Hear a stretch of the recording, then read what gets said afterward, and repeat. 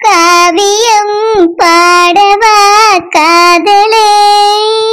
எதுக்கு இப்ப அருவாளோட வந்து நிக்கிறிய? ராசாத்திய எங்க? ஏன் தங்கச்சி எதுக்கு கேக்குறிய? அருவாளோட எதுக்கு வந்திருக்கிய? எதுக்குன்னு உங்களுக்கு தெரியாதோ? இங்க என்ன நடந்துட்டு இருக்குன்னு உங்களுக்கு தெரியாதோ? மச்சான் என்னாச்சு? எதுக்கு இப்படி அருவாளோட வந்து நிக்கிறிய?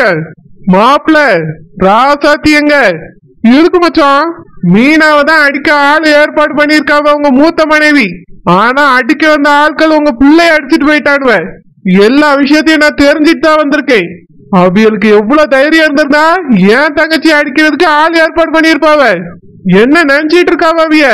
கேட்க யாரும் இல்லைன்னு நினைச்சுக்கிட்டாங்களா? நான் இருக்கேன், அண்ணங்காரன் நான் இருக்கேன். நாங்களும் இருக்கோம். என் தங்கச்சிக்கு ஒன்னும் யாரும் இல்லாம கிடையாது. அண்ணே நான் இருக்கேன். நீங்க வெட்டிட்டு போனா சும்மா பாத்துட்டு இருப்பேன்னு நினைக்கிறீங்களோ? அதுக்கு பிறகு தானே உங்களுக்கும் உங்க குடும்பத்துக்கும் இருக்கு.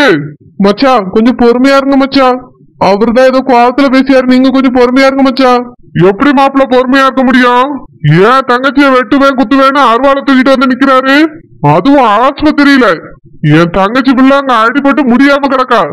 இந்த மாதிரி நேரத்துல இப்படி வந்து நின்று பேசிட்டு இருக்காரு இவரு.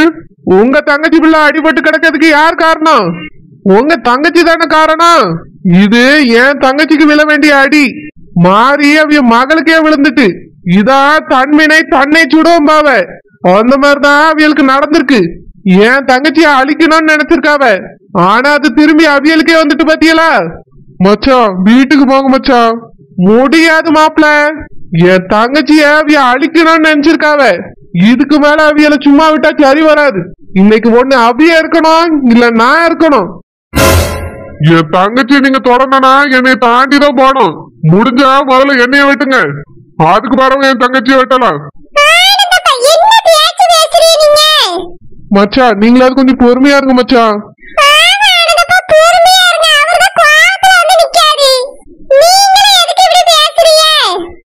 ஏன் அவருக்கு மட்டும்தான் கோவம் வருமா? எனக்கு கோவம் வராதோ? அவர் தங்கச்சிக்கு ஒண்ணுமே அவ்வளவு அவர் அருவாளை தூக்கிட்டு வந்து நிக்காரு. என் தங்கச்சி வெட்ட போகன்னு சொல்றாரு, எனக்கு கோவம் வராதோ? உங்க தங்கச்சி தான் என் தங்கச்சி அடிக்கிறதுக்கு ஆள் ஏற்பாடு பண்ணிருக்காவ. இப்ப நான் இதை கண்டுக்காம விட்டா இது தொடரும். நாங்க இல்லாத நேரத்துல என் தங்கச்சிக்கு ஏதாவது ஒண்ணு ஆச்சுன்னா நான் என்ன செய்வேன்? ஐயோ அங்கிள் எதுக்கு இப்படி அருவாளோட வந்து நிக்கிறீங்க? வெளியே போங்க. ராசாத்திய வெட்டாம போக மாட்டேன். மாணிக்கம் நீ போலீஸ்க்கு போன் பண்ணுப்பா. போலீஸ் வந்தாதான் இது சரிப்பட்டு வரும். பண்ணுங்க பண்ணுங்க, போலீஸும் வரட்டும். நானும் சொல்லி என்ன நடந்துச்சுன்னு. முதல்ல உங்க தங்கச்சியை தான் அரெஸ்ட் பண்ணுவாவ. மச்சான் நீங்க வீட்டுக்கு போங்க மச்சான். ராசாத்தி இப்படி செஞ்சதுக்கு நான் போலீஸ்ல போய் அவன் மேல கம்ப்ளைண்ட் கொடுக்குறேன். எதா இருந்தாலும் போலீஸ் பாத்துப்பாங்க மச்சான். நீங்க வீட்டுக்கு போங்க. இப்படி அருவாளோட இங்க நிக்கிறது தப்பு மச்சான். மாணிக்கம் நீ போலீஸ்க்கு போன் பண்ணு.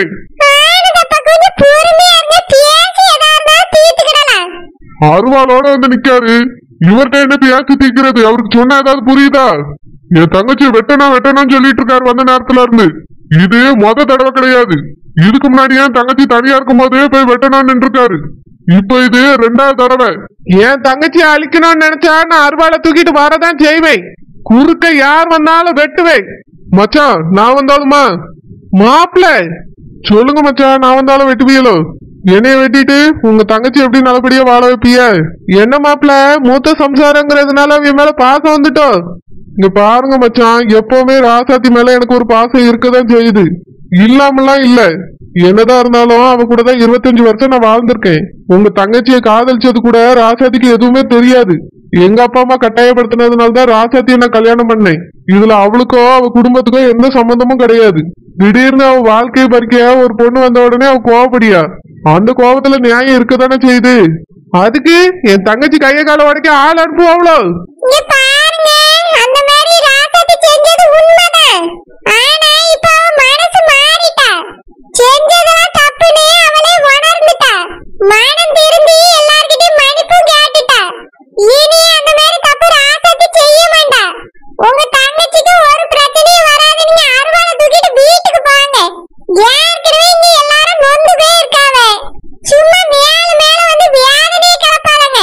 நாளைக்கு என் தங்கச்சிக்கு ஒண்ணு கிடக்க ஒண்ணு ஆச்சுன்னா நான் என்ன செய்வேன்?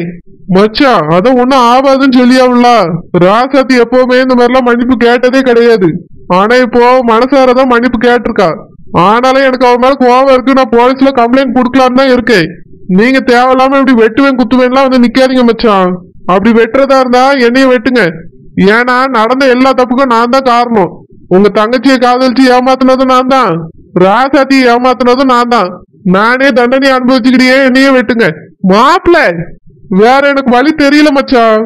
நீங்க என்னடானா ராசாத்தி தான் தப்பு பண்ணிட்டான்னு அவளை வெட்ட வரிய, ராசாத்தி என்னடானா என் புருஷன் என் கூட ஒழுங்கா இருந்திருந்தா நான் ஏன் இப்படி நடக்க போறேன்னு சொல்லியா? எனக்கு தான் குற்ற உணர்ச்சியா இருக்கு மச்சான். என்னதான் ராசாத்தி தப்பு பண்ணிருந்தாலும் அவ சொல்றதுலயும் நியாயம் இருக்க மாதிரிதான் எனக்கு தெரியுது. நான் அவளை விட்டு வந்திருக்க கூடாது மச்சான். அதனாலதான் அவ இப்படி தப்பா யோசிச்சுட்டா. அப்ப நீங்க என்ன சொல்ல வாரிய? இனி நீங்க உங்க மூத்த சம்சாரத்து கூட தான் வாழ போறீங்களோ? என் தங்கச்சி அப்படியே அம்போன்னு விட்டுலான்னு பாக்குறீங்களோ? நீங்களே கொஞ்சமாவது இதை யோசிச்சு பாருங்களேன். உங்க பொண்டாட்டி பிள்ளை கூட நீங்க சந்தோஷமா வாழ்ந்துட்டு இருக்கீங்க. திடீர்னு உங்க வாழ்க்கை மாதிரி வேற ஒரு பொண்ணு கூட வாழ்ந்துட்டு இருந்தா உங்க பொண்டாட்டி கோவம் வருமா வராதா? அந்த மாதிரி தானே ராசாத்திக்கு இருக்கும். உங்க தங்கச்சி கழுத்துல மாப்பிள்ளை இப்பதான் தாலி கட்டினாரு, அதுக்கே என் தங்கச்சி கூட வாழலையேன்னு நீங்க கோவப்படுறீங்க. 25 வருஷம் மாப்பிள்ளை என் தங்கச்சி கூட வாழ்ந்துட்டு இருந்தாரு. திடீர்னு என் தங்கச்சியை விட்டுட்டு போய் டைவர்ஸ் பண்ண போறேன்னா எனக்கு எவ்வளவு கோவம் வரும்? அதையும் நீங்க கொஞ்சம் நினைச்சு பாருங்க. உங்க தங்கச்சியாச்சு மாப்பிள்ளை இல்லாம இருந்து பழகிட்டா. ஆனா என் தங்கச்சி 25 வருஷம் அவர் கூட வாழ்ந்திருக்கா. இப்ப எதுவுமே கிடையாது, அவரை விட்டுட்டு போனா என்ன அர்த்தம்? மச்சான் எல்லாரும் சொல்றத பாக்கும்போது என் மேலதான் தப்பு இருக்க மாதிரி தெரியுது மச்சான். நீங்க தயவு செஞ்சு கோவப்படாம வீட்டுக்கு போங்க மச்சான்.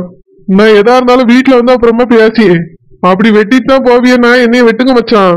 மாப்பிள்ள எனக்கு வேற வழி தெரியல மச்சான். ராசாத்தி பண்ணதை கேட்ட உடனே எனக்கு கோவம் வரதான் செஞ்சுது. போலீஸ்ல புடிச்சு கொடுத்துடலான்னு தான் நினைச்சேன். அவ இல்லைன்னா என் பிள்ளை யார் மச்சான் பாப்பா? பிரியங்காக்கு கை கால் சரியாகிறதுக்கு 3 மாசம் ஆகும்னு சொல்லியாவ. மாப்பிள்ளையும் என் பிள்ளைய விட்டுட்டாவ. ராசாத்தியும் உள்ள அனுப்புனா என் பிள்ளை நிலைமை என்ன ஆகுறது மச்சான்? அவளை யார் பாத்துப்பா? மாப்பிள்ள பிரியங்காவை என் மகனா வேண்டான்னு சொன்னா உங்க மகதான் அப்படி ஒரு முடிவு எடுத்தது. சரி மச்சான், இப்ப என்ன நடக்குது? ஒருத்தருக்கு ஒருத்தர் பிடிக்காம போயிட்டுல, யார சொல்லி என்ன பிரயோஜனம்? அது மட்டும் இல்லாம பிரியங்கா கழுத்துல தாலி கட்டினது உங்க மகன் தான். பிரியங்கா ஒண்ணும் உங்க மகனை விரும்பில கல்யாணம் முடிக்கல. கல்யாணம் முடியாம மனமேடையில இருந்த உடனே அவனுக்கு தாலியை கட்டி வீட்டுக்கு கூட்டிட்டு போனது உங்க மகன் தான். அதனால அவன் கோவப்பட்டாலும் உங்க மகன் தானே வந்து சமாதானப்படுத்தணும் பொண்டாட்டியே. இப்படியா விட்டுட்டு இருக்குது?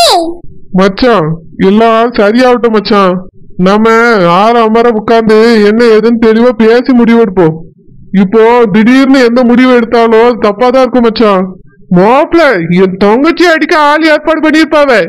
நாளைக்கு இப்படி ஒரு விஷயம் நடக்காதுன்னு என்ன உத்தரவாதம் இருக்கு? அதான் நான் சொல்லியல மச்சான், மனசு மாறிட்டா. ராசாத்தி முன்னாடி மாரி இல்ல. இதுக்கு மேல இந்த மாதிரிலாம் தப்பு செய்ய மாட்டா மச்சான். அப்படி ஏதாவது நடந்துச்சுன்னா அதுக்கு பொறுப்பு நான் எடுத்துக்கிட்டேன். நீங்க தயவு செஞ்சு வீட்டுக்கு போங்க மச்சான். ஏற்கனவே என் பிள்ளை எப்படி கிடக்கா, என் பொண்டாட்டிக்கு ஏதாவது ஒண்ணு ஆச்சுன்னா நான் எப்படி தாங்குவேன் மச்சான்? தயவு செஞ்சு புரிஞ்சுக்கங்க, வீட்டுக்கு போங்க. மாப்பிள்ள இப்ப நான் வீட்டுக்கு போறேன். ஆனா நீங்க என் தங்கச்சி கூட தான் வாழணும். அவளை விட்டுட்டு உங்க மூத்த மனைவி கூட போயிடலான்னு நினைக்காதங்க. அப்புறம் எனக்கு மாப்பிள்ளையே வேண்டாம், நான் முடிவு எடுக்க வேண்டியிருக்கும். எப்படி பேசிட்டு போறாரு இவரு? மாப்பிள்ள என் தங்கச்சி கூட தான் நீங்க வாழணும். இந்த டைவர்ஸ் கிவர்ஸ் எல்லாம் தேவை கிடையாது. என் தங்கச்சி மனசு மாறிட்டா இனி உங்க கூட நல்லபடியா வாழ்வா. நீங்க அவளை மன்னிச்சு மனசார ஏத்துக்கிடுங்க மாப்பிள்ள. அவர் தங்கச்சி அவர் கூட இருக்கட்டும். இத்தனை வருஷம் எப்படி இருந்தாலும் அந்த மாதிரி இருக்கட்டாவா. ஏன் தங்கச்சி கூட ஒழுங்கா வாழ பாருங்க நீங்க. மச்சான் அவருக்கு சொன்னதே தான் உங்களுக்கும் நான் சொல்றேன். நடந்த எல்லா தப்புக்கும் முக்கிய காரணம் நான் தான்.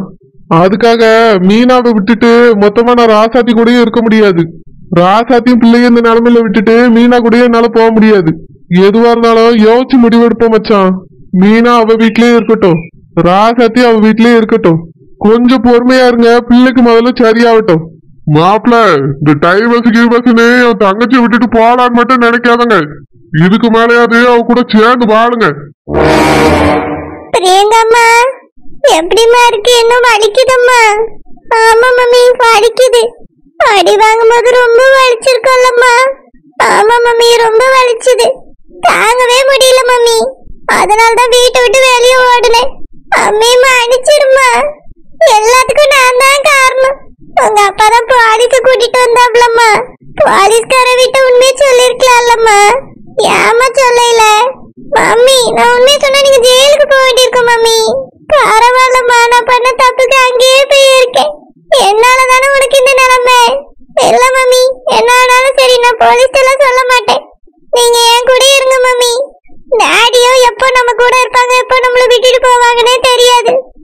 ஸ்டார்டிங்ல இருந்து நீங்க தான் என் கூடயே இருக்கீங்க மம்மி.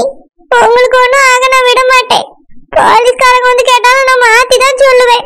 பெரியங்கம்மா, நீ நல்லா இருக்கணும், நல்லா வாழணும் தான் நான் ஏதோ செஞ்சுட்டேன். ஆனா கடைசியில என்னாலயே உனக்கு இப்படி ஒரு நிலைமை ஆயிட்டேம்மா. அதாம்மா மனசுக்கு கஷ்டமா இருக்கு. நீ நல்லா இருக்கணும், நல்லபடியா வாழணும்னு ஆசைப்பட்டேன். உனக்கு கிடைக்க வேண்டிய வாழ்க்கையை சரோஜா பறிச்சுட்டாலேன்னு எனக்கு அவன் மேல அவ்வளவு கோவம். அவன் நல்லாவே இருக்க கூடாதுன்னு நினைச்சு என்னென்னவோ செஞ்சேன். அப்புறம் உன்னை கட்டி கொடுத்த வீட்டுல நீ நல்லபடியா வாழ முடியலையேன்னு எனக்கு அவன் மேலதான் கோவம். அதனாலதாம்மா அந்த கோவத்துல என்னென்னமோ செஞ்சேன். பிறகு அந்த மீனா என் வாழ்க்கையை பறிச்சவா, அவளும் நல்லா இருக்க கூடாதுன்னு இந்த மாதிரி ஒரு காரியத்தை அம்மா செஞ்சுட்டேன். ஆனா அவன் ஒன்னே வந்து அடிப்பான்னு துளி கூட நினைச்சு பார்க்கல பெரியங்க. வேடுங்க மம்மி, நடந்ததெல்லாம் நடந்து போச்சு. நீங்க ஃபீல் பண்ணாதீங்க மம்மி. சரிம்மா, நீயும் வார்த்தைப்படாத, சீக்கிரம் சரியாயிரணும்மா. சரி மம்மி.